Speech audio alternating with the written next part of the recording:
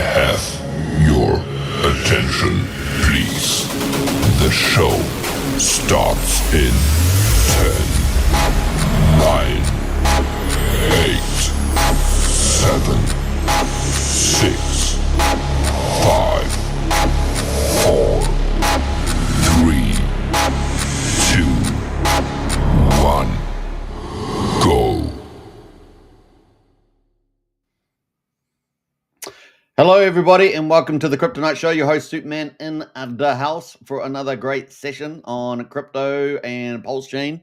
And this is going to be a lot of fun. I think we're going to have fun. We're going to do some more trading indicators. We're going to do a refresher, actually, of what we have done before, but add in one new little indicator. So it's going to be a lot of fun. We're also going to get into all the latest news, the stock market, and the video results, which are making tomorrow's market look possibly very bullish. And then, of course, we're going to get into PulseChain results and see how it's going on. We've got some really nice performance today. Nexion, I'm glad to see Nexion on the leaderboard.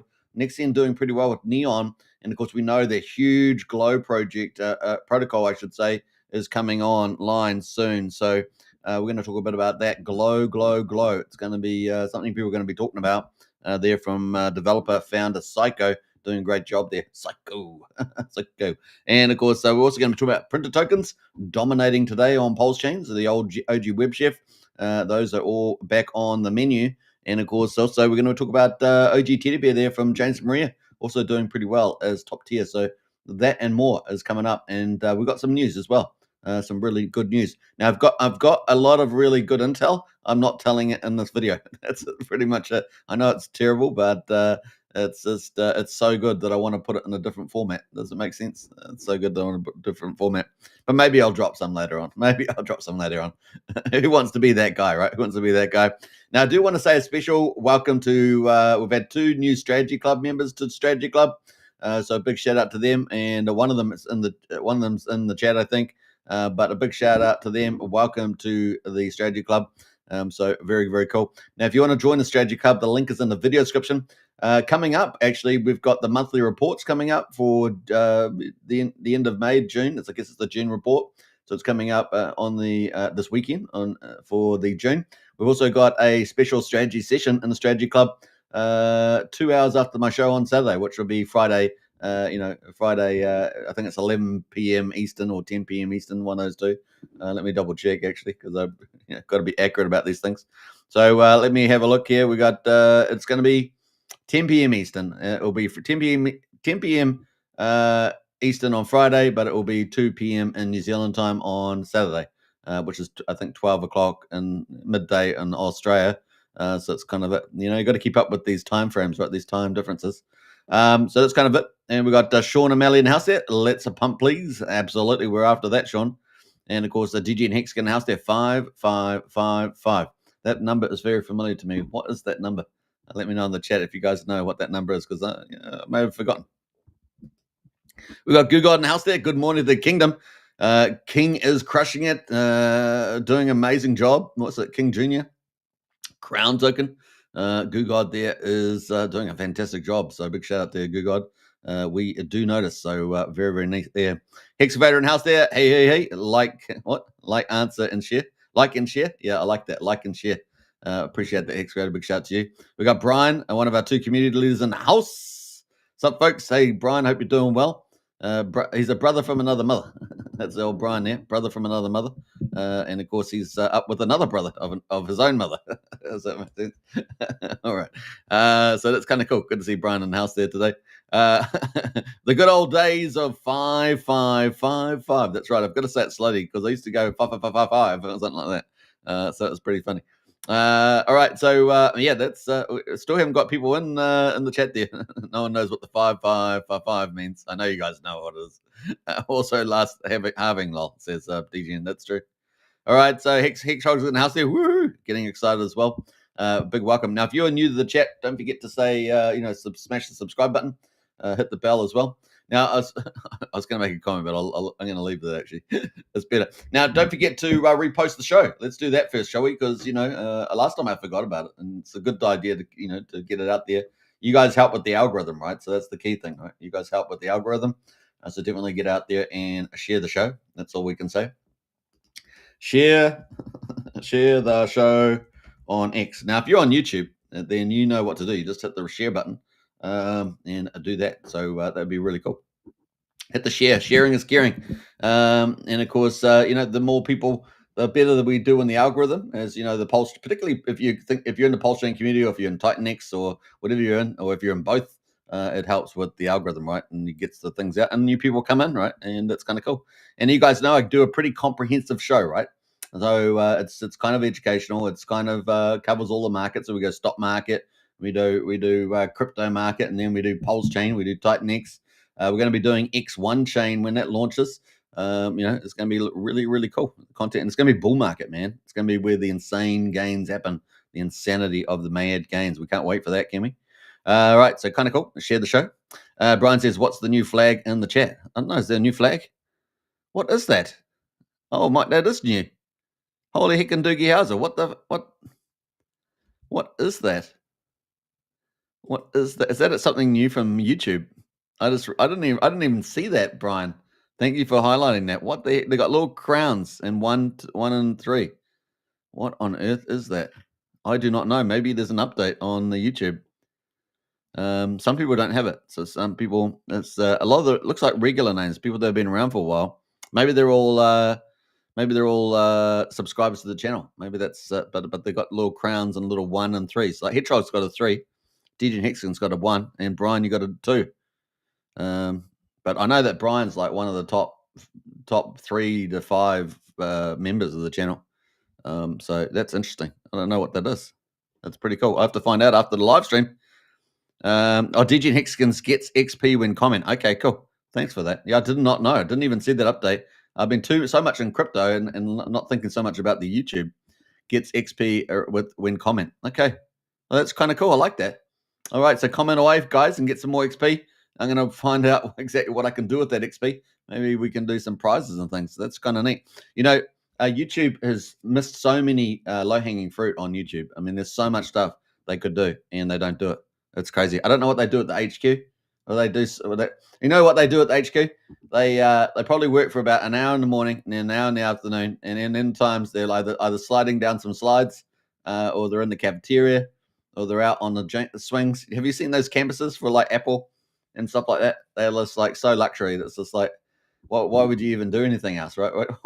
I'm going to do a coding for an hour, and we'll use a little whiteboard. You know how they go on the whiteboard, do a little coding. Let's do the code. Let's get together, guys. We'll do the little coding. And it's 11 o'clock. Let's go. We got our 3-hour lunch. We're going to go to the slides and stuff like that. It's probably like that, right?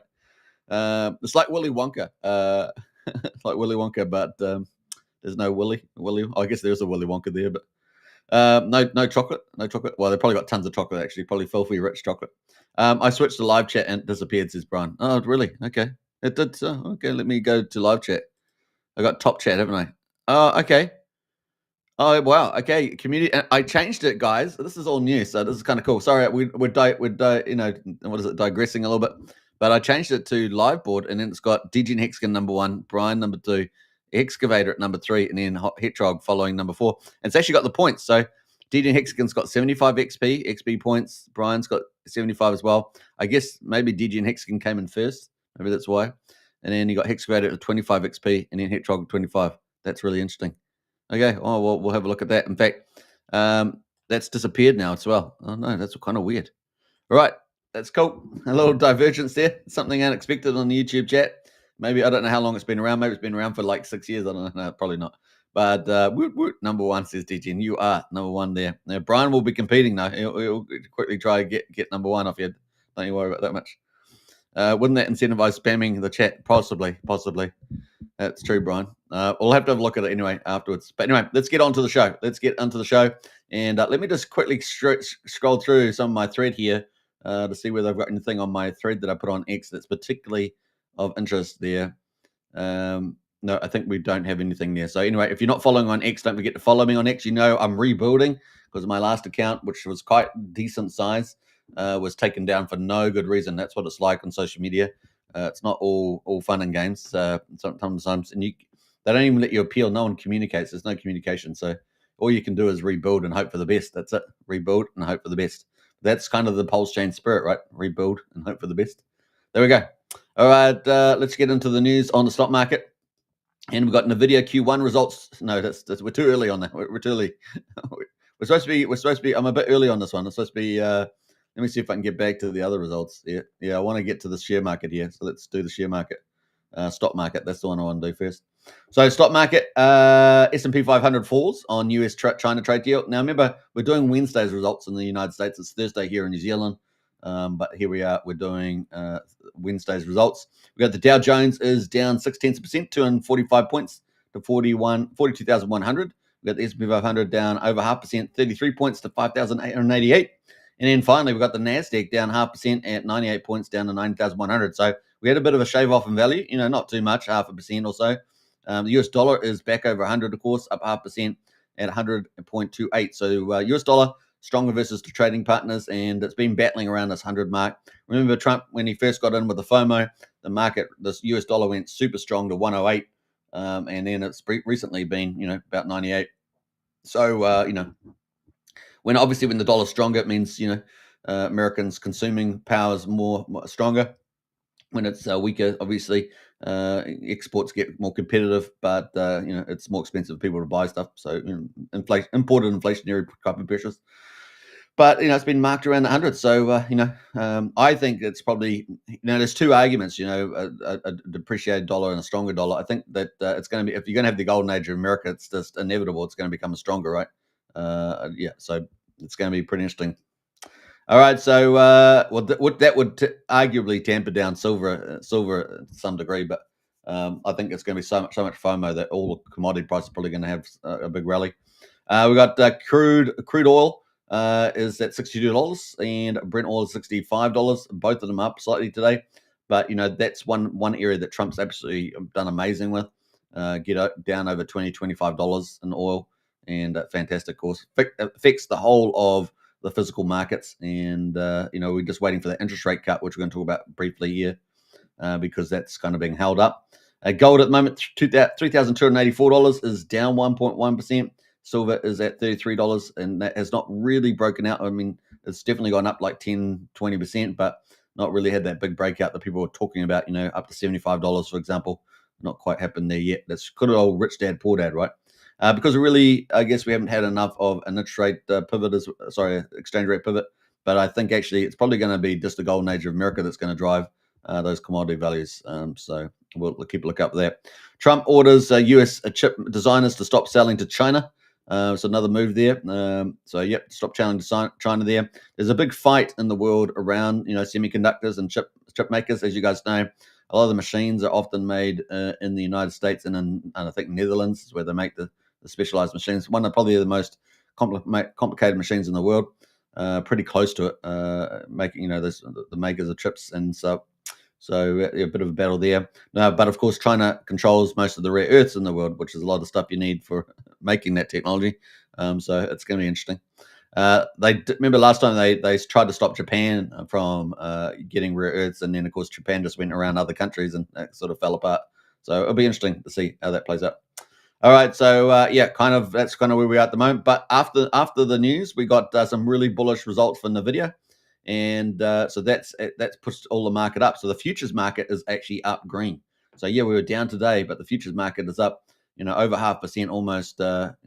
Let's see, go back to the futures on the indices. Sorry, is over 1.4% on the 500. So it's indicating if it holds up, it means that Thursday's markets could be quite bullish, given Nvidia, is one, the leader of the Magnificent Seven, and pushing up the stock market there with a great result. So kind of cool. That is Nvidia. And of course, we've got a little story on that, so we're going to go to that quickly.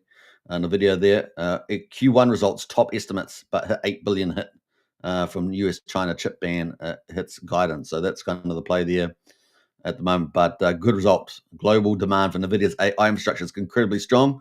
AI inference token generation has surged tenfold in just 1 year. So a lot of people are using their AI services. And as AI agents become mainstream, the demand for AI computing will accelerate.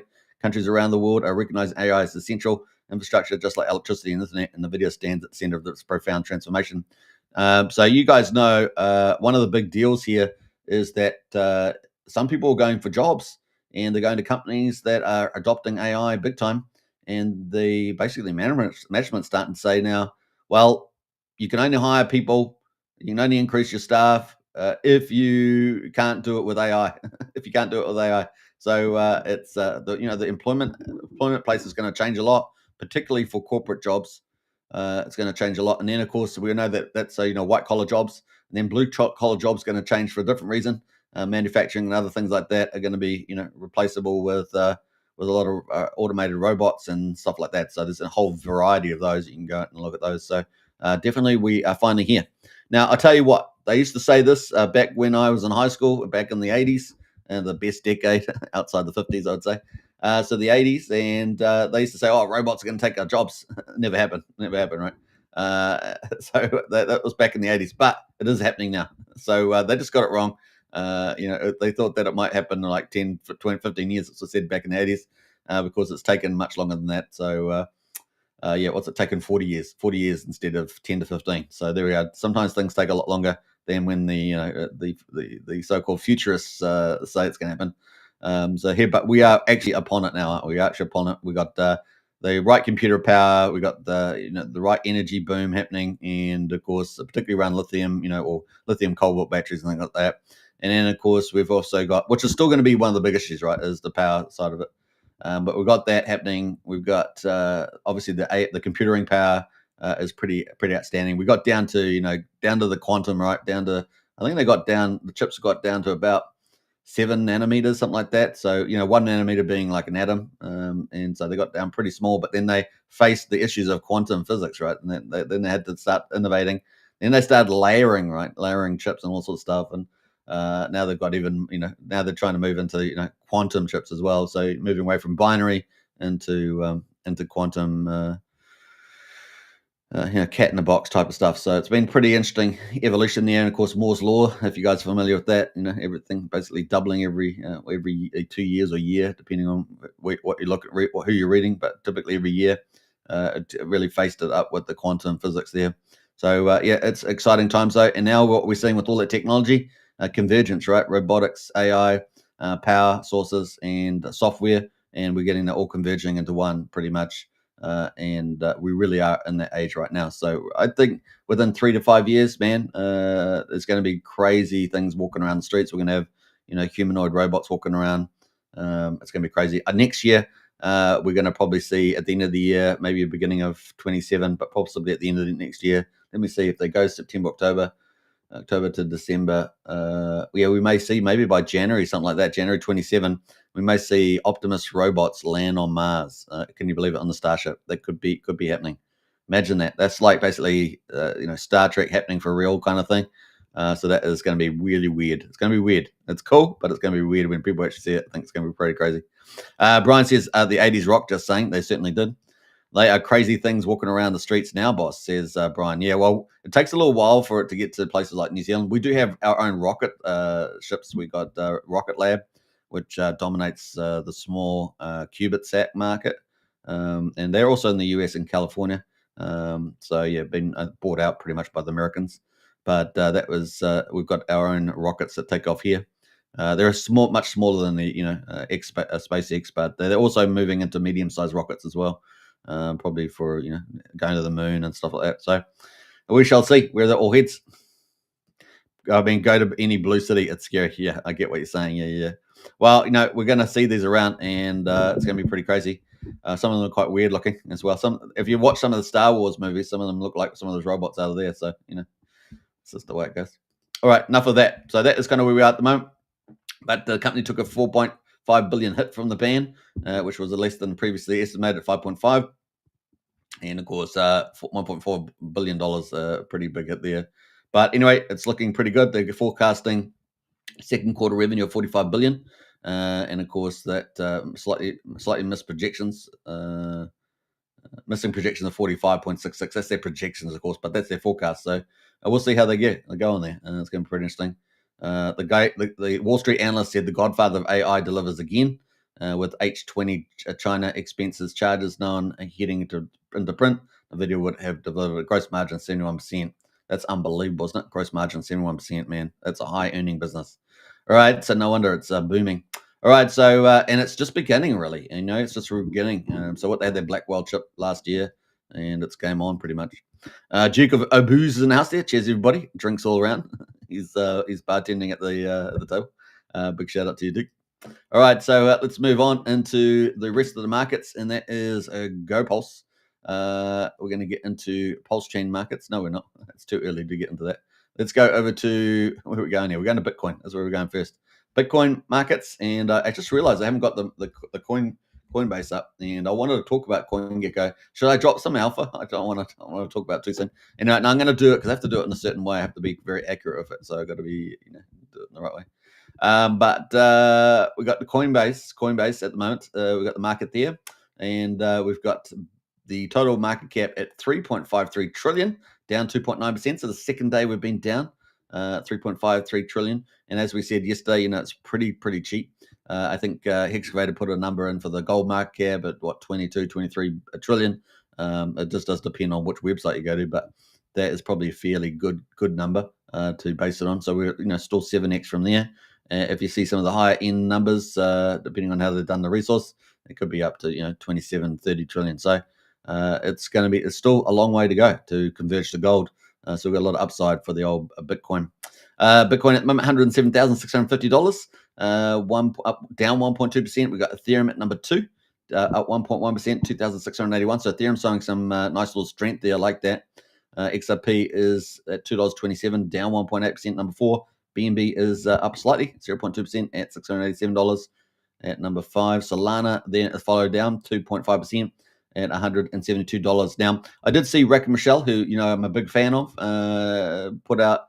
He was discussing, should I put this out about meme coins and about Solana? Solana at the end of meme coins, and I was just like, well, I wouldn't put something out like that. If you wanted to get negative engagement, which is very popular, right? People do that. It might be something you do, but actually, meme coins obviously going to hyper rally, just like always in the bull market. So I don't, just think it was a nonchalant kind of a post. But if you want the negative engagement, which works a lot, you can do it. We got Dogecoin there at number 8 is down 2.2%, is 22 cents. We got Cardano or ADA there is down 1.3% at 74 cents, and finally Tron in our top 10 is down 1.8% at 27 cents. So those are kind of where we're at. So just a slightly down day, except for Ethereum holding up quite nice. Best performer over the last week, yours truly, Ethereum, 4.8%. So that's a really good sign. And bring on the altcoin season, bring on the re-rate, all that good stuff. Remember, the magic carpet ride is tied to the Ethereum price. $3,775. So we've still got just over $1,000, $1,100 to go to get back up there. So bring that on. Now, top performers in the top 100. Let's have a look at those. Actually, let's go to. I can't go to that big screen because I already got a video on there. I should have gone to that. I'll try to go to the big screen for this one in the future. We've got Injective, which was performing well yesterday, up 21%. Hyperliquid, which was number 1 yesterday, up 21%. So these are the ones you should be looking out for. Obviously, with the news around AI and of course NVIDIA, these are probably some natural benefits as well. Also trading, right? Trading. We've got Quant there up 19.4%, is up at $117. Virtual Protocol up 16% as well, and Jupiter up 13.8% as well at 59 cents. These are all heavyweights, right? Look at them all. There's a lot of trading AI kind of protocols in here. So artificial super intelligence up 13%. So if you're thinking about your general crypto portfolio, these are definitely some that you might want to consider having in there. Obviously, do your due diligence, all that good stuff. And of course, you can hop into Strategy Club. Links in the video description. So join up today. All right, so let's get into that. That's pretty much it. Let's look at the top gainers. We've got Affinity there up 101%, Zeus up 98%, and Central African Republic there up 41%. In fact, we might have a little look at that because it's kind of different over that there. We've got Sophon there is trending, and SPX 6900 is trending as well, and Hyperliquid is trending, and no surprise there. But let's have a look at the Central African Republic. What is this meme coin? Okay. Let's have a look here. Let's do a max period. How long has it been around for? Been around since February the 10th. Price was 6.4 cents. Got dumped down to 1.4 cents. Been as low as less than a penny, so 9/10 of a penny, and has managed to climb all the way back up to 4.6 cents. Interesting. Okay, so I don't know what the safety of it is, so just take care, but it seems to be up on every time frame. Car tokens can be traded on centralized exchanges. so on. So really, it just looks like a Central African Republican meme. Okay, that's interesting. They do have a website. Let's have a quick look at that. I wasn't planning on doing this. This is all just happening. We got Central African Republican meme coin, born as a meme, built for utility, cast out as a presidential meme coin. Now we're driving the real world impact, backed by the spirit of decentralization support there. You can buy current exchanges, blah blah blah. So that's it. That's it. There's not a lot there. Not a lot there. I'm gonna make a comment about this, but I didn't say it. I didn't say it. You guys can make the comment yourself. We got chosen by God. Announced that. Thank you for doing this, love man. Yeah, most welcome there. Big shout out to you. All right. Yeah. I was gonna make this.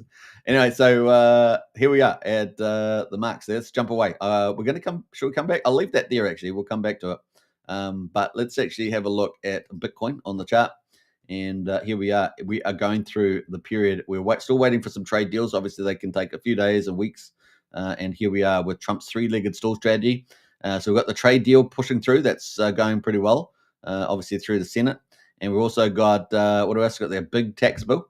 Big tax bill there at the moment. That is, sorry, what was I trying to say? Trade deals. So trade deals are being negotiated. We're waiting for the big ones like India, Japan, South Korea. Those are probably the easier ones. India might be a little sticky, but they're generally easier.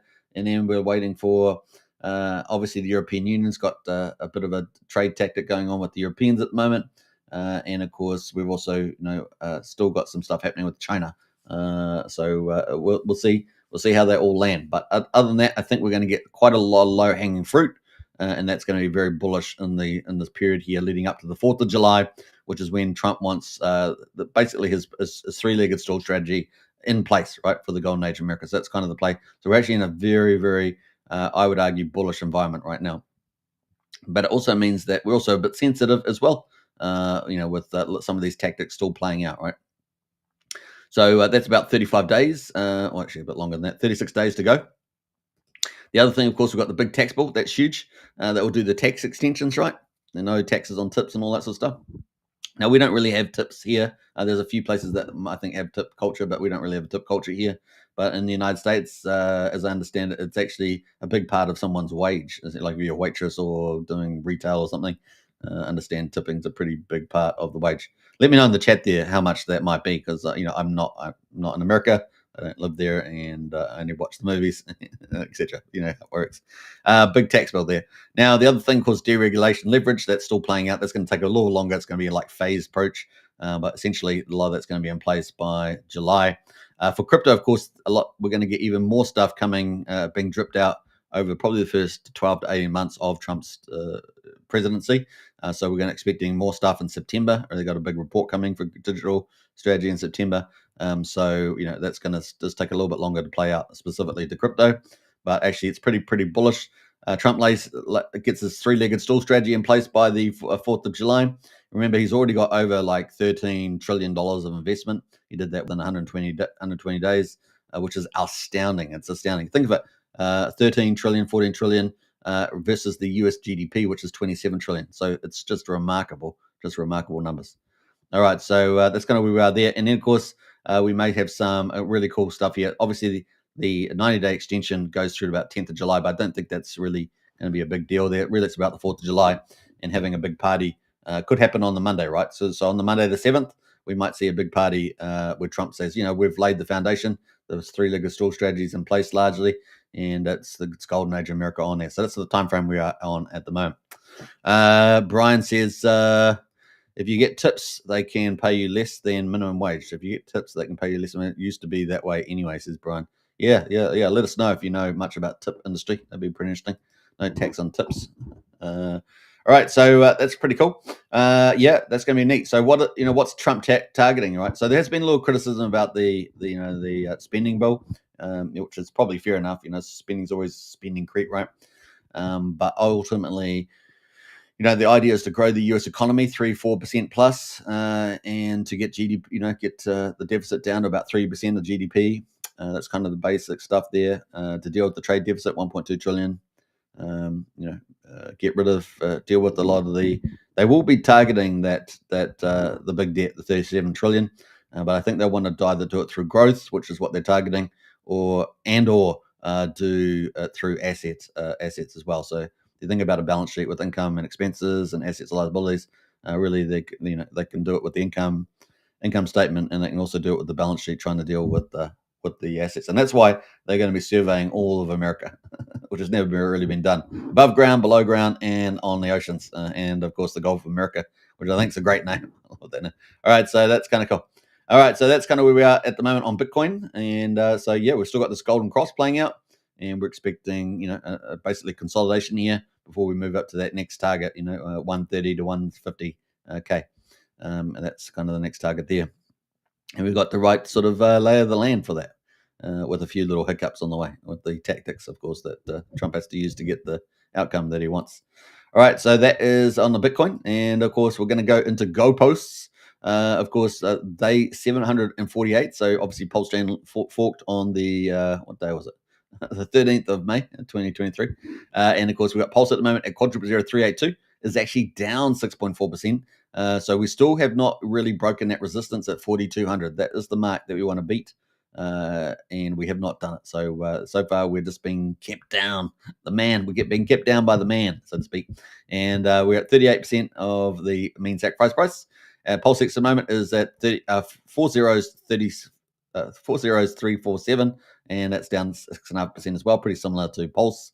And the burn there is at 1.41 trillion. We're at 7.16% of PulseX has been bought up and burned. INC $1.75 down 5.9%. And of course, the inflation's only pretty small these days, 2,600 INC a day. What else we got there? We got Hex as well. Hex as well. All right. What else there? Don't spam the chat. Don't spam the chat. Shill Day was yesterday. Do you guys remember that? We did Shill yesterday.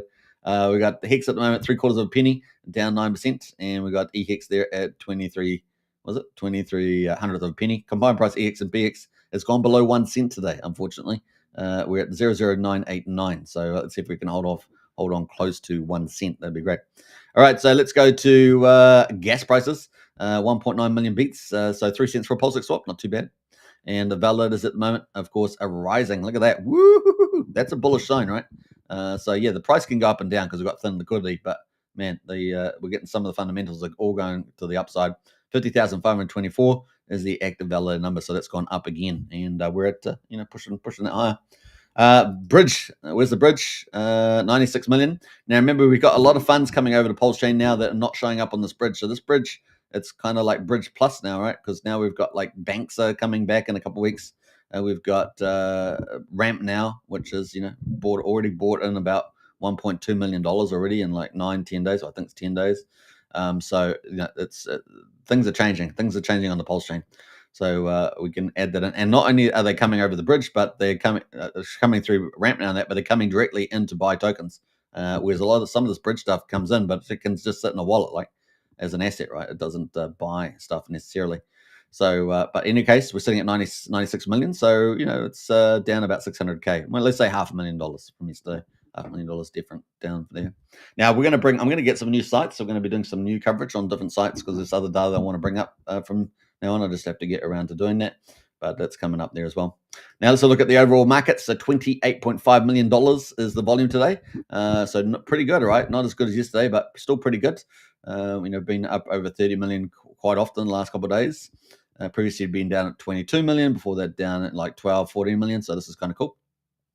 We've got the 24-hour transactions of 282,000. At the moment, we've got some new tokens, and printer tokens are dominating, right? Printer tokens are dominating at the moment. So we've got 414 is up 2,117%. It's only been around 23 hours. We got the Reserve Tay.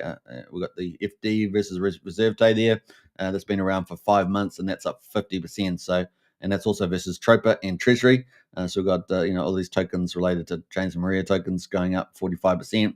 But for Investor, of course, the grandfather of printer tokens there is up 31%. And of course, we've got Nexion there too, which I'm very happy to see Nexion making the top 10. So congratulations, Psycho, and of course Nexion. We're going to come back and talk about that in a minute. We've got BFF at the moment is at number 9 and 10. It's up 18%. And then we've got Beast, another OG WebShare printer token. That is up 13% as well. So, we're doing pretty well with the print tokens for Investor, BFF, and Beast and stuff like that. Blaster is up 10%. It's been around for over a year. Surf, of course, another big community. to PulseChain. What do they got? What was it, 40, 50,000 followers or something like that? Maybe even more. Maybe it's 100,000. I can't remember now. But that's a pretty big project, up 4%. So this is another sign of mass adoption, right? Where we're getting quite large communities coming over, dropping their token on the chain. So that's doing pretty well. Pulse Poppy up 6.7%. Excuse me. Number 16 is Secrecy, and that's up 5.5% as well. Sparta, of course, is up there from Wendy's for Tendies, XOG guy, up 4.8%. And then we got Remember, another OG web chef. So that's why I said the printer tokens back in the mix there for Investor, Beast, Remember. They're all on the move there. And of course, I think we've got old Remember and new Remember there because they're both different colors. I can't remember which one's the new one. I think it's the green one. Up 4.6%. Yeah, the green one's the new one, 11 days, 16 days. The red one is the old one, 6 months.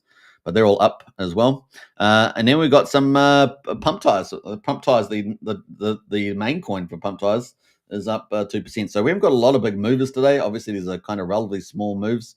Maybe anything over 10% is quite decent. Beast, of course. But we've got a lot of ones with little tiny percentage gains.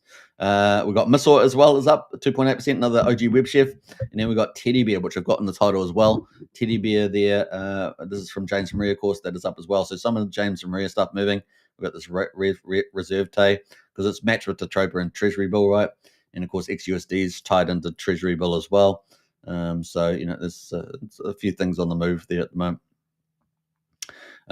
What else we got there? I think that's kind of where we are. It's basically everything in the green at the moment. And Staked ETH, we've got Staked ETH up there, and Doubt another pump tires. So we've got 1 or 2 pump tires. We've got some of James Maria stuff moving, and we've got the printer tokens moving. And then there's a special mention to Neon and Nexion. As you guys know, I've covered before. This is doing pretty well. Now, the big thing about this is bringing, if you guys are familiar with the GMX fork, Famous, that's done by the PH team. This is some time back now. And of course, I don't know whether I've got it on this browser, but it is Famous, which is a GMX fork, and basically you can do perpetual trading or leverage trading, where you borrow assets and you can leverage up to 30x your value. Well, Glow is coming, and it's going to be able to do it on tokens and farms up to 10x leverage, and that's not just on Famous. You have a limited number of tokens you can do it. The stable coins or core coins, for example, depending whether you're going short or long. And but here on Neon, you're going to be able to do on Nexion with the Neon token. You're going to be able to do it on just about any token that gets put into the liquidity pool, essentially. So it's going to be a pretty big Glow token there. It's going to be pretty massive. So I think that's pretty exciting. In fact, they've got a little bit of update on that. So that is doing pretty good. A nice little rebound here on the daily. So this is the daily coin. Let's do a little bit of analysis on this first. Let's pull up the coin there. So we're currently down at 0.0001500, and it's had a nice little rally over the last 11 days, up 2.1x. So it's currently up 11 days, and it's currently at 0.003,100. So it was down 0.0001500. So it's basically gone over 2x there. So it's kind of cool, and nice to see the lift. This is kind of one of these projects that is actually should be priced much higher. So actually, it's for me, it's undervalued, and definitely it's only at $250,000 at the moment, and the dev is building out some pretty special stuff. So you got to be pretty excited about where Nexion is going with the Glow product coming.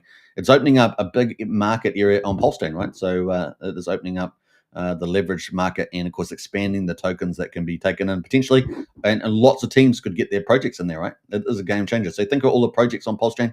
They could all put their liquidity pools in here, and then people could start doing 10x leverage on it. So it's a big deal, as you can see, a very big deal indeed. So I think that's pretty exciting where that's all heading. I do have a little update here, so I'm just trying to pull this up at the moment, and specifically to the development. So let's have here. This is from Psycho himself. And Glow is getting closer, he says. I know someone on his team was testing out the multi-token rewards into the new Hollow Vault as well. Yeah, so that's not the only thing, right? So let's quickly go to the website, have a look at the site here. So this is, we want quality DeFi. We want big DeFi coming to PulseChain, and Nexion really is delivering that. They had a very good, so they basically started their distribution with an auction. A lot of people do that within a short space of time, and they distribute their tokens, and then they created a staking, of course, which the people are familiar with. with their Hollow Vault.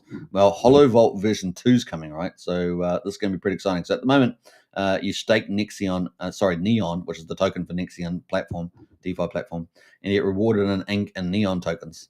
But one of the big things that's coming with the second version of Hollow Vault, which is, there's two big things coming, right? Hollow Vault staking version 2, and then there's the Glow product, which we'll talk about quickly. And the Hollow Vault version 2 is going to have multiple token rewards, which I think is going to be extremely popular.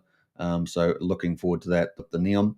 The other big thing, of course, is the Glow products. I mean, you can't actually get there, but I did a sneak peek in my previous video. So if you check out Nexion video on the channel here on YouTube particularly, you will be able to see that, right? And if you check my thread on X, you'll be able to find that too. Just type in, search for Nexion and Kryptonite Show, and you've got the Glow product that's going to be coming, and that's going to have up to 10x leverage on tokens and farms, and that's going to be wide open. So lots of teams could flood into here and find it out. So it's going to be a big area of development, and certainly, hopefully, something that we're going to be helping out with. We'll see. But this is kind of where we are here with this. So really, this is like, I love this show because we get to bring to light some of these big alpha DeFi protocols that really can make a big difference. And of course, there's a certain part of the market that likes to use a leverage, right? And if you're in a bull market, that increases, right? That increases the amount of people. So I think that's pretty exciting where it's going to go. So, nice to see that Neon there is performing well here at the moment. So kind of cool, and up over 2x in 11 days. Now, looking further afield, the price was up much higher at the beginning, of course, when they had the auctions and token distributions. And of course, it's only been around for 4 months and 25 days, but it is fairly established now. And the development for the next version of Glow and Hollow Vault is going to be very popular, I think.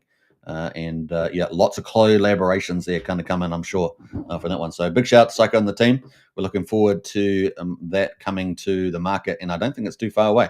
Like I say, they're doing testing at the moment for Hollow Vault version 2, and much more coming up as well.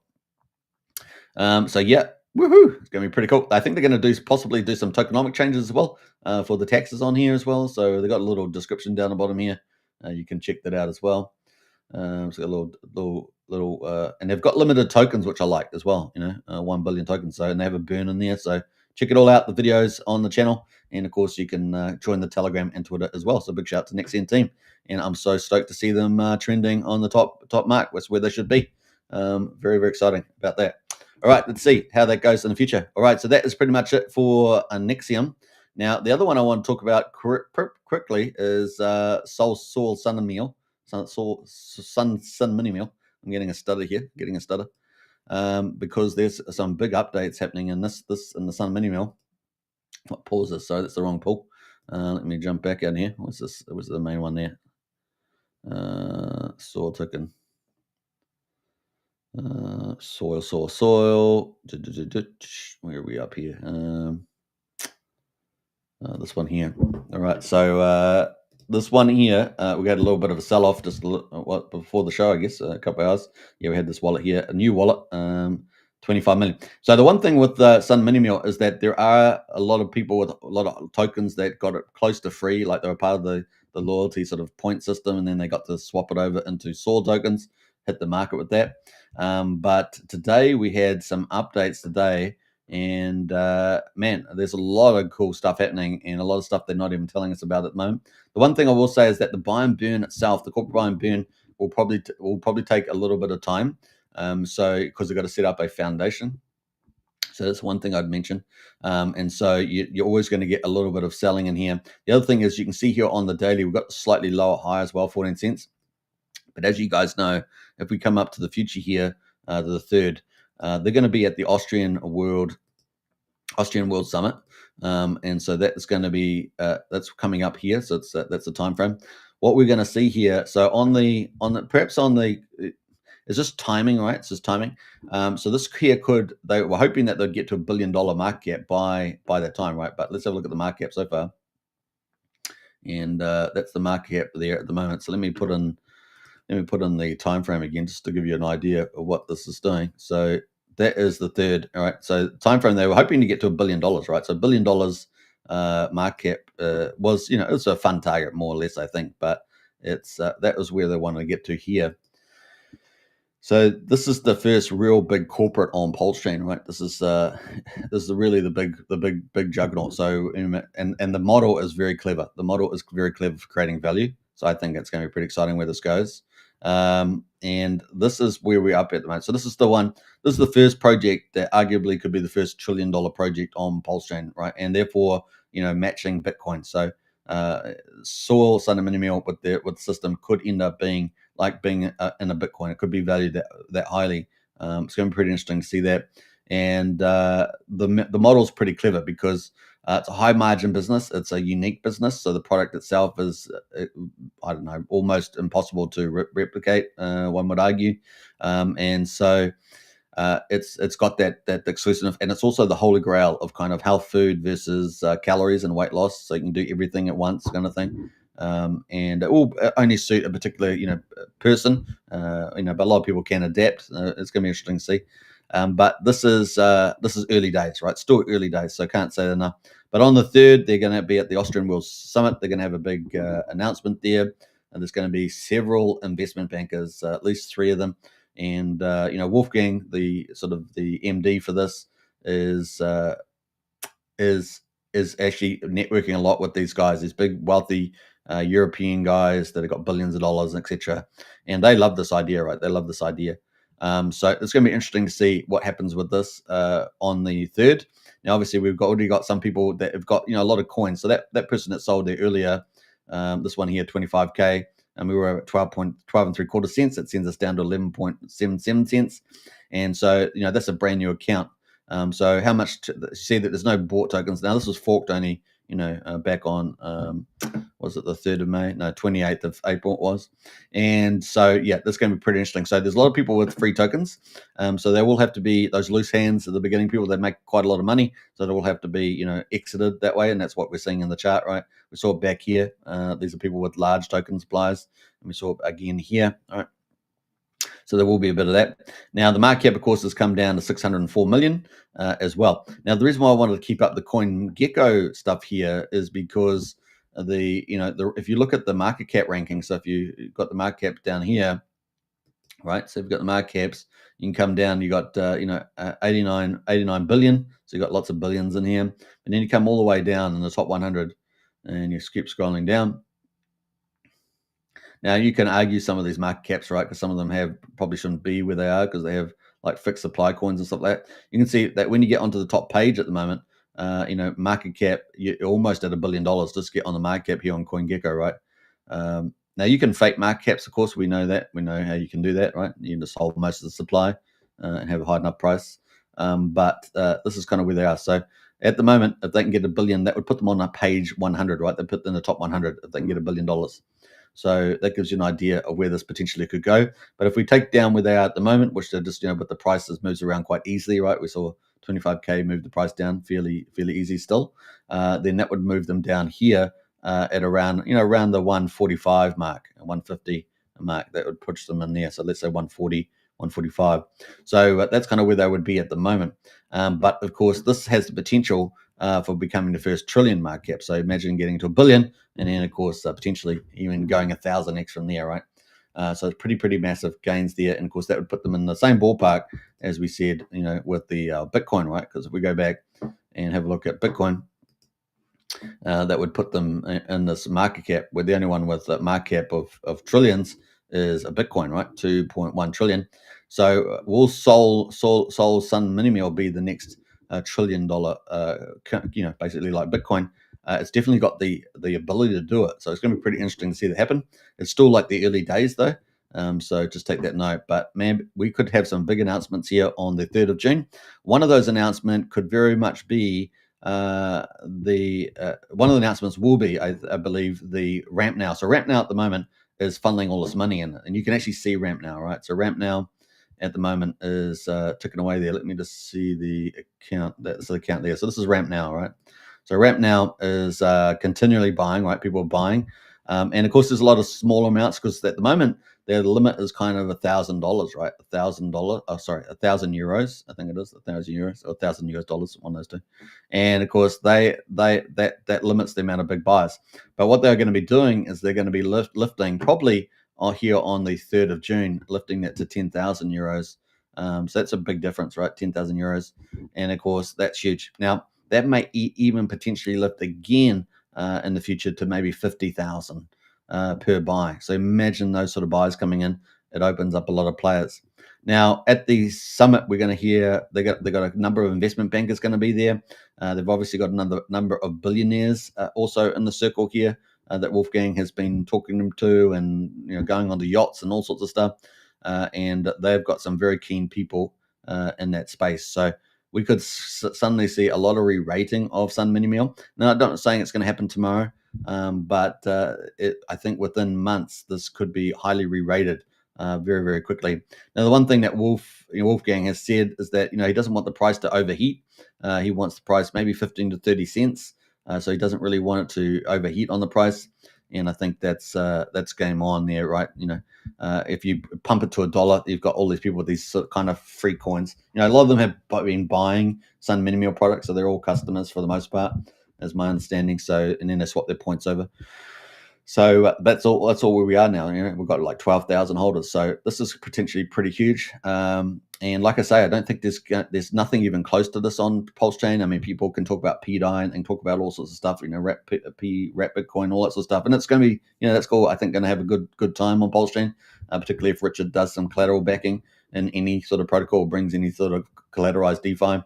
But this is the one that's kind of here, and it's potentially could be ginormous, right? So I think this is probably, excluding some of those theories, this is really the standout. This is the standout here, and it's just got to buy your time, right? It's just got to buy time, because obviously there will be, with the fact that your people got free coins, essentially, you will see them, as the price goes through different waves, you will see those sellers come in because they're making mad gains, right?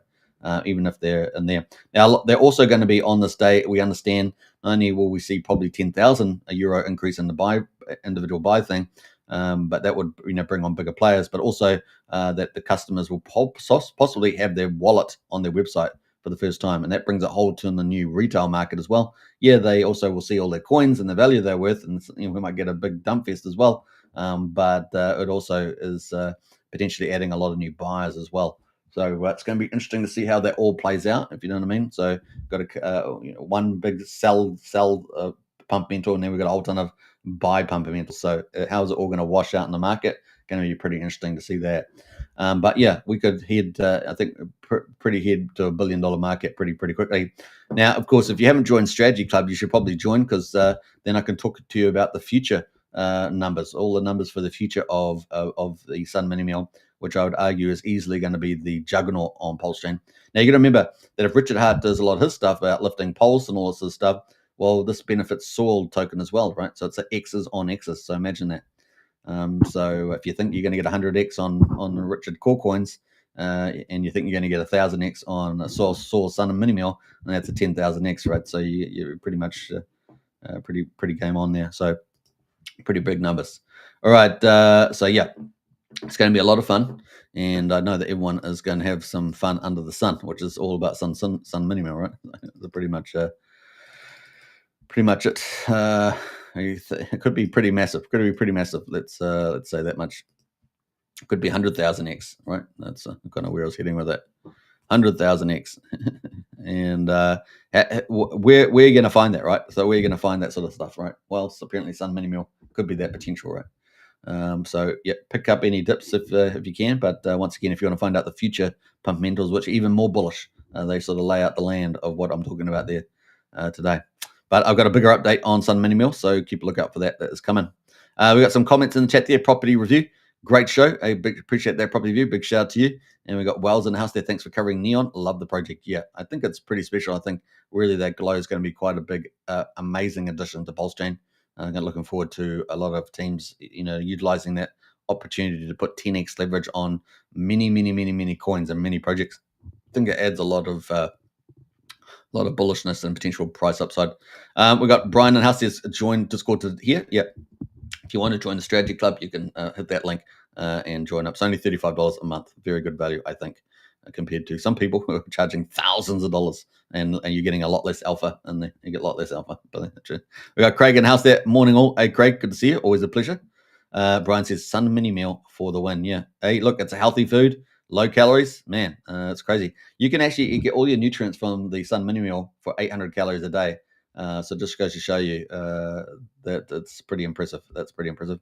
And yeah, they're about to bring their second manufacturing line online. And of course, I posted an image of that in Strategy Club. So if you haven't gone, you can join Strategy Club just to see the image. It's pretty cool.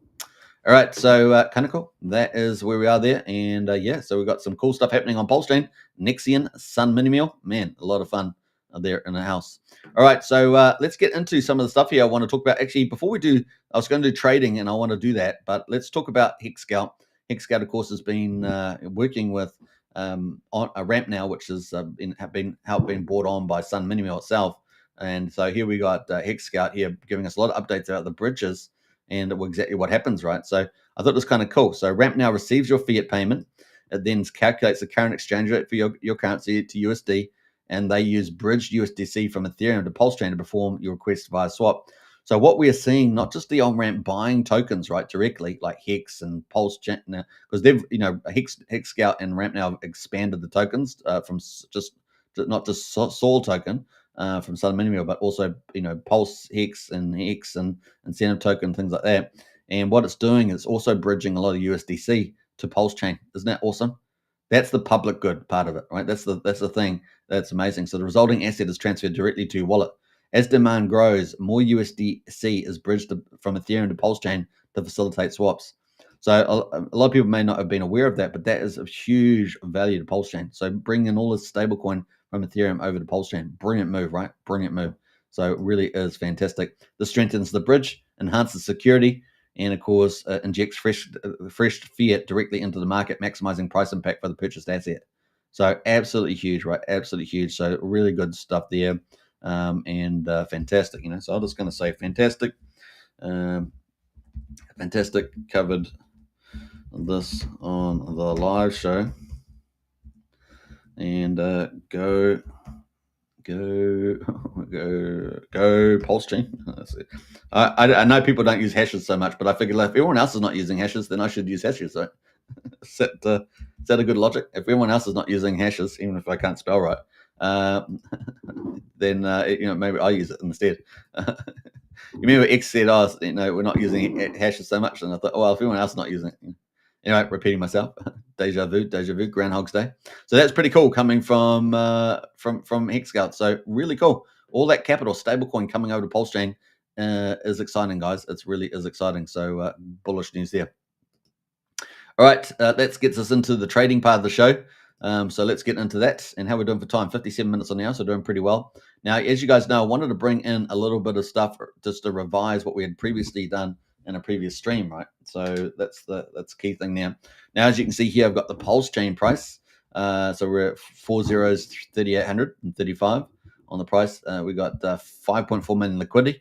And a market cap so-called of 291 million. Now you can decide what the real market cap is, but that is what we've got here at the moment on the measures for Pulse, and this is the Pulse die pair, right, on a V1 pool. And yeah, we've got the chart there on the daily showing up, and you can see I've got a couple of support lines. I've got that blue line with the bottom in it, and then I've got the orange line with kind of recent resistance and support, right? That is kind of recent resistance and support.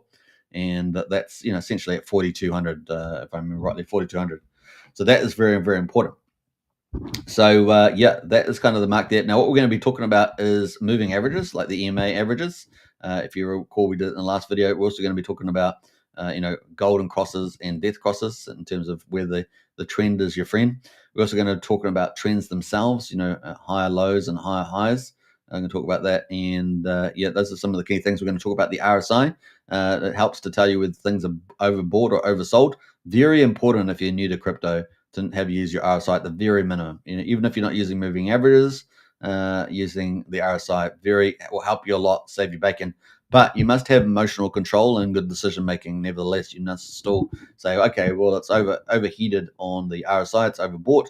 I'm not going to buy here. And if you think, but you might be thinking, oh, this thing's going to go up again and again and again. And sometimes that does happen. Particularly that happens in under certain circumstances, or particularly in the bull when we're in the sort of the full bull on bull mode where we're getting, double-digit gains every single day for a week. That's a different time. We're not in that time frame at the moment, so typically that's not going to happen, right? So the RSI is very, very important to listen to, and even in that circumstances, you probably want to seriously take it seriously with the RSI. So very important that you take that into account. So we're going to do moving averages. Now I've been doing the 50 and the 200 day, which is kind of a long-term moving average, and you can change that long-term over weeks and days and months. The other one, of course, is we're going to bring in a short-term moving average, which I don't think we did last time, which we're going to use the 9 and the 34 moving average, so nine periods and 34 periods. So the periods are different depending on whether you're doing weekly, daily, or 4 hourly. 4 hourly is typically like the traders view. They use 4 hourly a lot.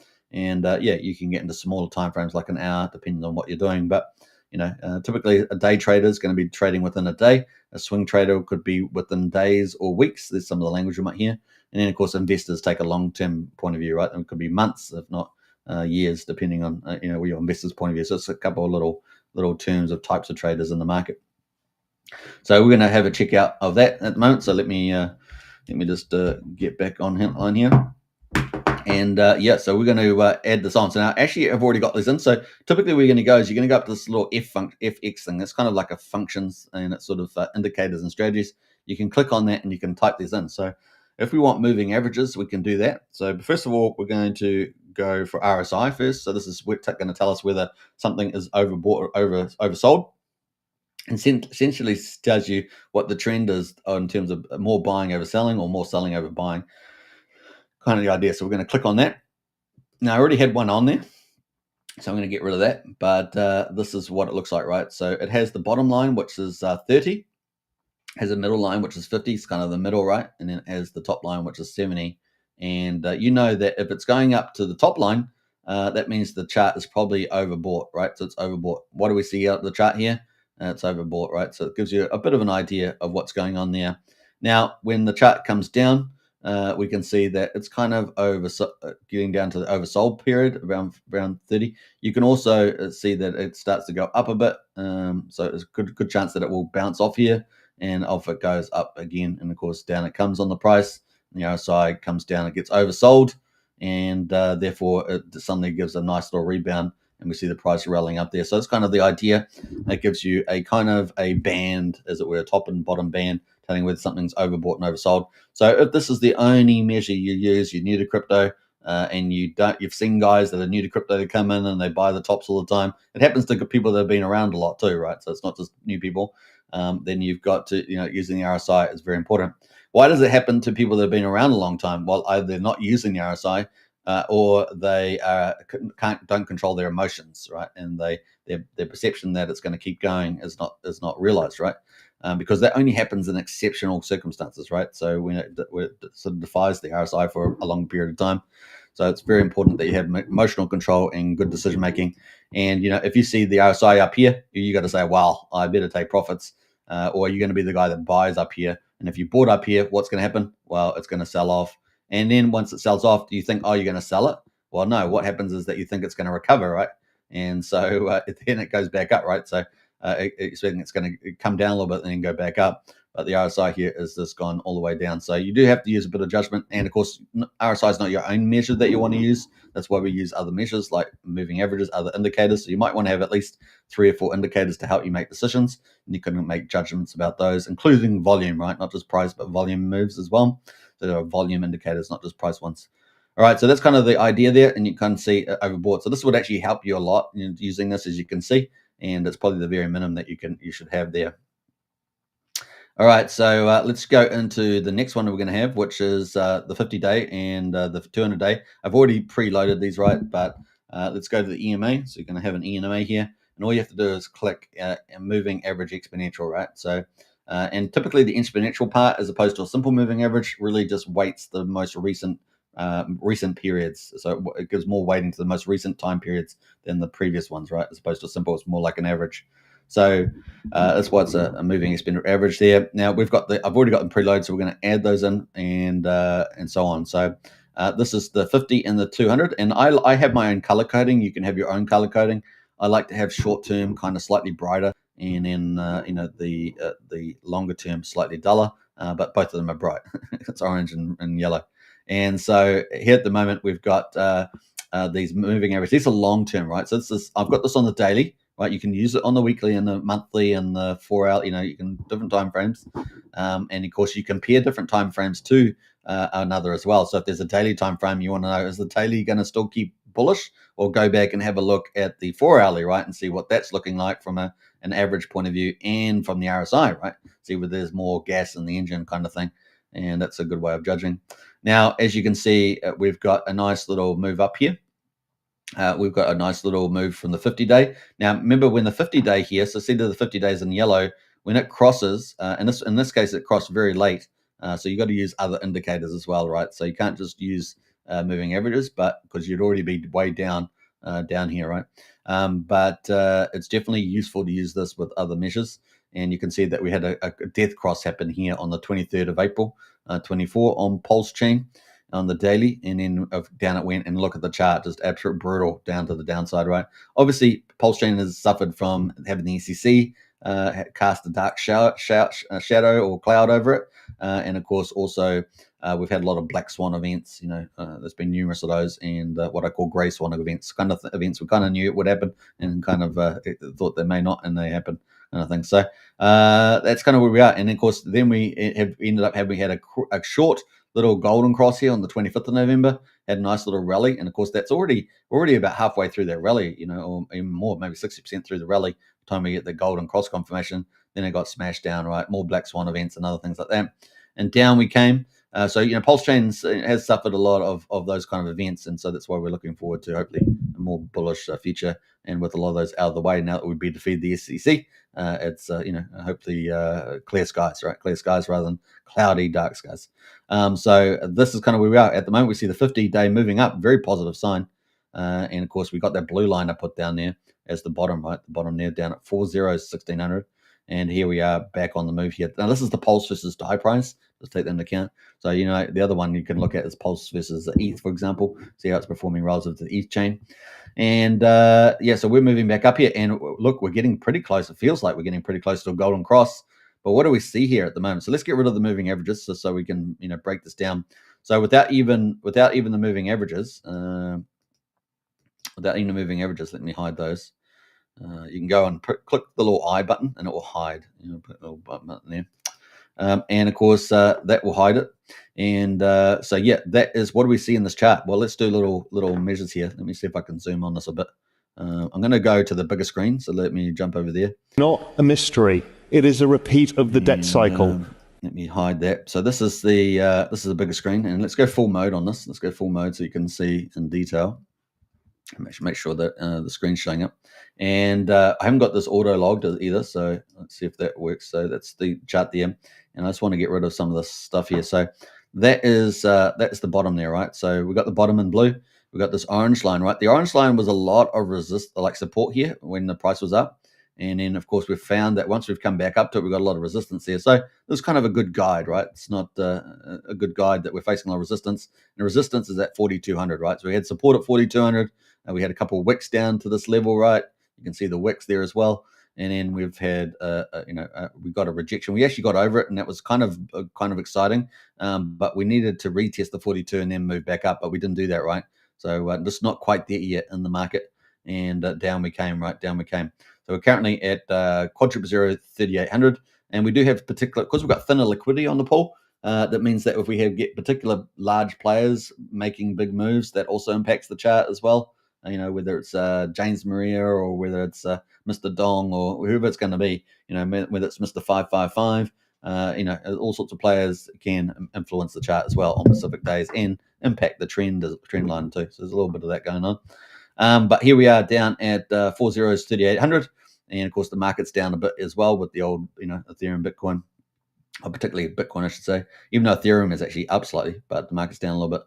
And here we are, quadruple 3,800, and so we're just trying to get back over this 42. But once I think this is actually a pretty healthy little consolidation area here at the moment. So I think that's kind of neat to see that, because what have we got in the chart? So let's put that in the chart. And we can see that we've got higher lows, right? So that's our first higher low. And then we've got higher highs. So we had a nice higher high here. Now, I'm going to ignore that little peak there, but it's still relevant, right? So I've got higher highs here as well. And then we came back down. So we've got higher lows. and we're getting back in an uptrend, right? You get higher lows and higher highs, you're getting an uptrend, right? Rather than a downtrend where it's all going lower lows and lower highs. We've actually got the uptrend in place, which is kind of cool, right? But then we've hit this wall, right? This is kind of like a wall. We've hit this wall, and we've got to get over that wall. And then once we get through that wall, man, it's like a pent-up demand, right? It's got pent-up demand and then smash. But, it's not inevitable that we'll quite get there in normal circumstances. However, I really feel like, with the Trump strategy playing out, that, by the 4th of July, we could, in this period here, what do we say, 36 days or so, we could really see some action. And so I'm very, very confident that we will actually be able to get back up over this 42 and then move to a re-rate, right? And the re-rate could go up to 38, right? So if we add up to this horizontal, we could have up to 38 here, right? So this is one approach to trying to work out where we're going, right? Is horizontal values that we've previously seen. But there are other approaches to try and work out where the price might go. That might be using a different tool like a Fibonacci extension. And of course, we talked about the tools being over here. And so I haven't gone through that yet, but we've got a trend-based Fibonacci over here. That's another approach to try and to work out value. And we'll talk about it in another video. We obviously talked about Fibonacci retracement the other day. We'll talk about that too. But I really want to focus on the RSI and horizontals and uptrends and moving averages in this one. So this is kind of where we are at the moment. So the key question is can we get a bit of support here? Will this be the higher low, I should say? We already had one back here. Will this be another one? Will we consolidate in here nicely and then finally break that 42 and then move up and then get re-rated? Maybe move to 59. Definitely doable. Now this excludes God mode candles, right? So this is just market action. So you can just sort of see in here, this is just market action, not any particular, God mode candle, something closer to akin to something like this, right? So that's kind of what we're talking about. So when we had all this money coming in back here in January 24, really talking about this happening. But of course, we've heard Richard Hart talk about it, recently about God mode candles. So that's kind of the play. So everything's looking pretty positive, and that's why I said to you, if you take account the chart structure at the moment, if you take into account the new bridges that are basically bridging and directly buying tokens from Europe and places like that, it's going to only expand globally. It's really exciting. We're kind of already in this pre-bull run, in my view, and of course the magic hasn't happened yet quite, but we've got this. Everything is heading in the one direction, right? Which is pretty cool. And I'm not talking about the band, I'm talking about the chart. So that's going to be pretty exciting to see where that goes. So we got Trump strategy. Everything is lining. All the stars are lining. Doesn't mean we're not going to have little hiccups here and there, it's just the way it goes. But I think that ultimately we're looking very, very nicely here, set up, before the 4th of July for some nice action. Hopefully in that period of time, then this next 36 days with all that bullishness, that we're going to break this and re-rate on the chain. And then, we might get, if we were to do a re-rate, we get to 5,800, we might start seeing a God mode candle come into play. That may occur when we get interest rate cuts or something like that. We'll see how it goes. Obviously, the Fed's still playing games around tariffs and volatility, but they probably should have reduced the interest rates already to 3.5%. So I really do think that they are playing silly games, keeping the rate at 4.5. They could still say tariffs at 3.5%, right? That's still valid. They could say, we're a bit uncertain about valid. But now they're talking about, we're going to have, are we focused on inflation or are focused on supporting business activity, right? Well, I think business activity is probably the main thing they should be doing because, they always get it wrong. They were late to do interest rate rises and then they were hyper aggressive, the record aggressiveness on interest rate rises. And then they've been, they were kind of okay. They're probably a bit late on the interest rate cuts. And now they're just playing around at 4.5. I mean, other central banks have already reduced their interest rates, and they're mucking around because they're using the tariff thing. But actually, Trump's already shown that he's lowering a lot of food prices and a lot of oil prices, and that interest rates need to fall as well, and that would help the economy. Now, the only reason why it works under a Trump economy, not only because he's reorganizing everything, but because he's doing supply side economics, right? And of course, this is the key, right? If you're going to want to stimulate demand, you've got to have more supply, and that's what Trump's doing. He's reorganizing the supply chains and also the expanding supply production, and trying to do it as fast as he can. So this is a secret source. So this is also, counter to what we see from liberal and progressive economists who are basically, like I said, I've said this previously, wrecked everything. And so Trump's, going to do his best to bring the golden age in America and fix up the common sense stuff. I used to pull my hair out watching this stuff on screen, hearing these guys talk, about managed decline of the United States and the rise of China. And I was like, none of that's inevitable. What are these guys talking about? Are they smoking the weed or what? no against the weed smokers, but you get my point. It's just like, man, it's just common sense. You can just open up your supply, increase your productivity, blah, blah, blah. But, we've been hamstrung by a lot of crazy ideologies. So, and that means that when if you get hamstrung by crazy ideologies, that means other people that haven't got those crazy ideologies, and particularly if they're authoritarian, can take over the world. And that's the problem, right? So it's a good thing that Trump has come in at the right time. Now, interesting on Trump is that we saw a poll come out from Rasmussen, I think it was yesterday, and Trump's poll numbers at all-time high. And that's pretty interesting. And guess who the demographics, particularly men, of course, have come in and big supporters. They like what they see. Because why? The America's going to be safer. It's safer. It's going to be more prosperous. It's going to be more free ultimately. And so, yeah, it's what we want, right? We want to have a good time. And that will flow into positivity for crypto and stock market, right? So in commodities as well. So it's going to be pretty golden era of America. And I think the big thing, of course, you're going to see more buildings, more construction than you've ever seen in your life under the Trump years.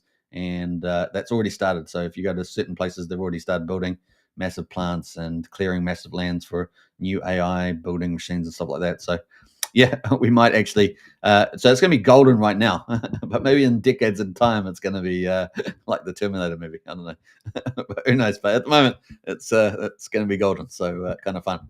All right, so that is it on that. So what have I done? I've told you about the higher lows, the uptrends, which is kind of cool. And of course, you can kind of draw those, right? You can kind of draw these trend lines and pull all that together. So it's kind of cool. You can show that we're kind of in some sort of uptrend there, right? So it's kind of cool. And so we're all moving up into the right direction. We're facing some resistance at 4,200. We're really keen to get over that. We have got thinner liquidity pools, which means you can go up and down a lot easier, right? Ever since the incentive token was yield was slashed 20x or so. So it is pretty exciting, heading in one direction. So that is that. And of course, if we add in our 50-day and our 200-day moving averages, we can see that the 50-day action with this uptrend is starting to converge to the orange, and that we could very well, fingers crossed, and of course we've got the right conditions ahead of us. It's that we could get this golden cross as well, and that would be pretty glorious. Now, presumably it's not going to be a short one like this, and presumably it's going to be hopefully a pretty long one, better than any structure probably that we've seen in the PulseChain chart here. I'm not expecting to see too much of this sort of short periods. Like, for example, this golden cross, this played out, let's see, this golden cross essentially played out for about 65 days, so 2 months. Now, hopefully we're going to see something longer, 4 to 6 months, maybe something like that. And maybe even longer than that, maybe 9 months, where we see a big mega uptrend on PulseChain once and for all. Because we haven't got the SEC over us now, the grey skies have gone, the light is coming. Now, what are some of the other fundamentals coming up for this trend, of course? So I'm matching TA now with fundamentals. But that is, Rack and Michelle getting out doing press releases, getting out talking to rich people out there. We've got Firewell, another whale doing big stuff out there. We've got Sun Minimum, the big corporate in Europe, now opening up investment banks and all sorts of stuff to come over to PulseChain via Solar token. And of course, we've got a lot of retail opening up in Europe, coming in to buy directly onto PulseChain through Ramp Now, HexScout, Banksa, and I think Fluon is coming, something like that. I can't understand the German, but Fluon is coming. And we've got another 2 on ramps coming to PulseChain. So it's really getting exciting where we're heading here, and we've got lots of innovation happening on PulseChain here. A lot of cool teams like OG WebChef, like Nexion, like Emmett Farms from Kairos. They're doing lots of innovative things. There's lots of teams doing a lot of innovative stuff, and so it's a very exciting place to be. Obviously, we've got Jacob doing, decentralized casinos, Mafia game, and of course, my big favorite, the flagship PUSD algo. We've got Signum and Tetra imminently launched, so we're expecting an update this weekend for those. So that's more cool stuff. We've got so much good stuff coming, and it's just going to build a great foundation. Very, very cool. A lot of the problems that we have are being solved, and it's a lot of the money that we need to come is starting to come. So problems are being solved, money is coming, And yeah, hopefully we'll have this big mega uptrend on PulseChain once and for all, and we'll see a long, big golden cross and game on from there. And it could very well be starting within weeks. And that's why I kind of say, we're already kind of in the bull market with this, and with some of the fundamentals things happening around some of these on ramps coming onto PulseChain right now, and with the SEC Gomburger, it is exciting times ahead. Now, that is going to be pretty exciting. So those are the 50s. Now we're going to quickly go to the other moving averages, which is short term. We shouldn't really discuss this last time. We've got a 34 and a 9. And that gives us like kind of a small time frame. Now remember that you can swap the times at the top here to different time frames to see how they're going.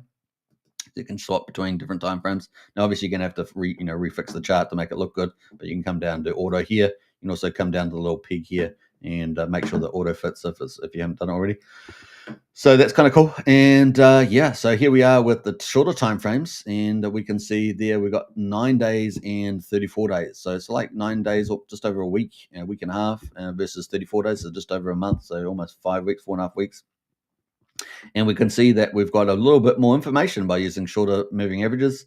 We can see here we've got a little golden cross on this little daily moving average with the shorter time frame. So we're using shorter averages basically, right, with the 9 and the 34 rather than the 50 and the 200, which is quite a long term.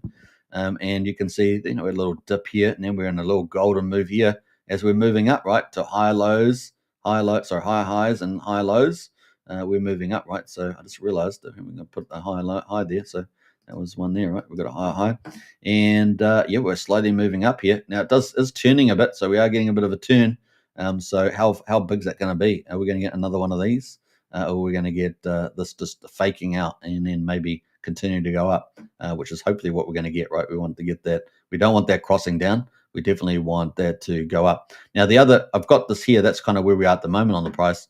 But, the other place that we might hit is this one here, which is, this level here, which is also where the 34-day average as well, the orange line. That's the longer one, right? So we might come down a bit further, but hopefully we're going to avoid some sort of full-on death cross, and that will actually just be a little bit of a short-term blip, just kind of like this, but not as aggressive. I don't think it's going to be as aggressive as this, and we're going to have a smaller one here because news is so much more positive now, and we've got all this capital coming onto the chain.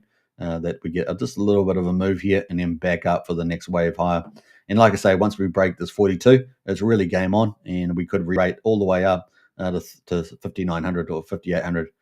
So it could be pretty cool. That's kind of the play on those. So this moving average is really helpful. And of course, we can add back in the RSI as well on this time frame, since we got, that we're still doing daily, but we got the time frame there is also helpful. We're coming back to the 50. So on the RSI, you can also see, just like in charts where we have these uptrends, we have these kind of characteristics, we also get that in the RSI, right? So we can have what they call, a bullish divergence, bearish divergence, all that sort of stuff in the chart. So you can actually use uptrends here. You can actually see on the RSI, we've got a higher low, and then we've got another one, right? So let's use the same idea over here. And then, of course, that when you come to 50, that could be really cool. And maybe we've got if we come back here, let me get out of there. We've got an uptrend there, right? So uptrend in the RSI. So that's kind of cool too. So we're going to bounce off where we are now and then go back up for another test, and then finally break that 42, and that's game on, right? That's kind of game on there. And we come back here. Maybe it's going to be around here, and maybe we break that to the upside there, and that's where we go, right? That could be pretty exciting. And bam, we'll make that green, shall we? Do a green chart. So that could be what we see, and I think that's a very probable outcome, actually. So that's kind of fun. So that's where we are on that. Now, obviously, you can also do it on different time frames. So you can do 4 hour, which is if you want to see what the day is going to be like, and if you're doing immediate trade within the day, that could be really useful doing a 4 hourly. It's a sort of a different approach, sort of a day trader, right? But if you're also looking at another chart with PulseX, which is versus Pulse, right? How is PulseX doing versus Pulse? And of course, we can see that it's actually doing incredibly well, right? We have a mega uptrend here with a Pulse X versus Pulse. So not Pulse versus DAI, not a US dollar price, but Pulse X versus Pulse. And of course, everything else is versus Pulse, right? Pulse here is the ocean, right? There's the ocean on PulseChain. and of course everything else is a ship, is a big ship on PulseChain. And sometimes maybe Sun Minimal is going to be bigger than the ocean at one stage. Who knows? But that is where we are at the moment. 91 cents. Sorry, not 91 cents. 0.91 on the ratio. This line up here is a 1-to-1. So that's where Pulse and PulseX are 1-to-1 to each other. And that could be the price pretty similar. So at the moment we got the price at 4 zeros 3,500, and of course look at the price over here on Pulse is 4 zeros 3,800. So it is getting crazy, and yeah, we could get there. We have been there before. Got back there on the 20th. This is on the weekly time frame, by the way. This was the daily. I've got this on a weekly time frame. And look at where we are at the moment. Woohoo! Just to see this mega uptrend. So it's always good to use weeklies and monthlies as well. Use that longer term view. And of course, monthly is very cool. A lot of people you'll see use monthly to show real long term trends. And you can see it looks pretty amazing, right? This is the ratio to Pulse for PulseX. So if you'd been in PulseX at the bottom, you'd be very happy right now because you'd be up pretty massive, right? You'd be up pretty massive. Let's see if the calculator works on here. Yeah, I mean, you'd be up, pretty nicely to 3.7x versus PulseX. Versus Pulse. You'd be up. So pretty mad gains. So not bad there. And yeah, I don't see this unabating, right? Because as we get into a bull market, what are we going to see? We're going to see PulseX get more valued than the chain because it's doing all the volume, right?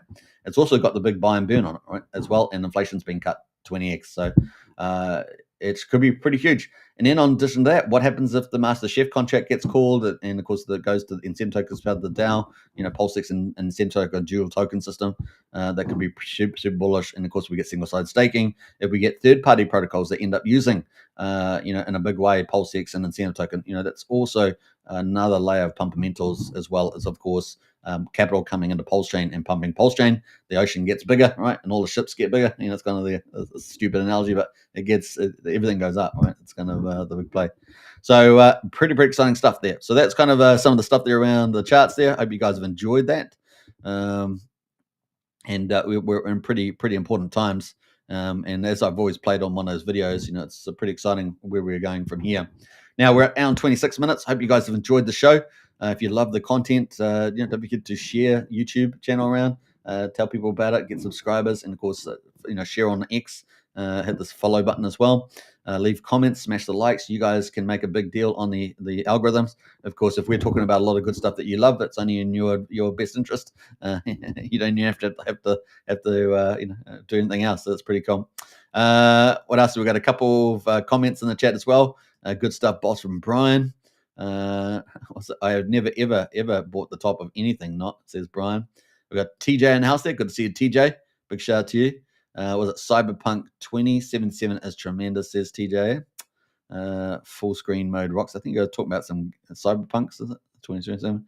What else there? We got Frank White in the house there. Bang bang Pulse gang. A big shout out Pulse Frank White. And if you guys haven't checked out Function On, definitely check that out. Frank White's involved over in Function On, and man, they're doing great over there too. Big shout out to that community. And of course, Donnie D, the big mad crazy dev out there as well, doing some awesome stuff. Next level. That Brian says, "Let's go T-Dog Trump," says Brian. And Henry's in the house as well. Teddy Bear, yeah, we did cover Teddy Bear OG. So James Murray on the move there, definitely doing some cool stuff for sure. Good show, boss, says Brian. I appreciate that. Thanks very much. I will catch you guys again. Don't forget, if you want to join Strategy Club, links in the video description. Got our monthly report coming out this weekend, as well as a special update chat where we're going to be looking at the future value of Sun Minimal and other projects as well. So don't want to miss that. That is going to be coming up in Strategy Club on Saturday at 10 p.m. Eastern, which is midday. No, not midday. It's what time is that now? It's 2 o'clock in the afternoon, Kiwi time, or midday Australia time. And there we go. Join up to Strategy Club today. Only $35 a month. Fantastic value for major alpha. And we're going to have fun during the bull market, I think.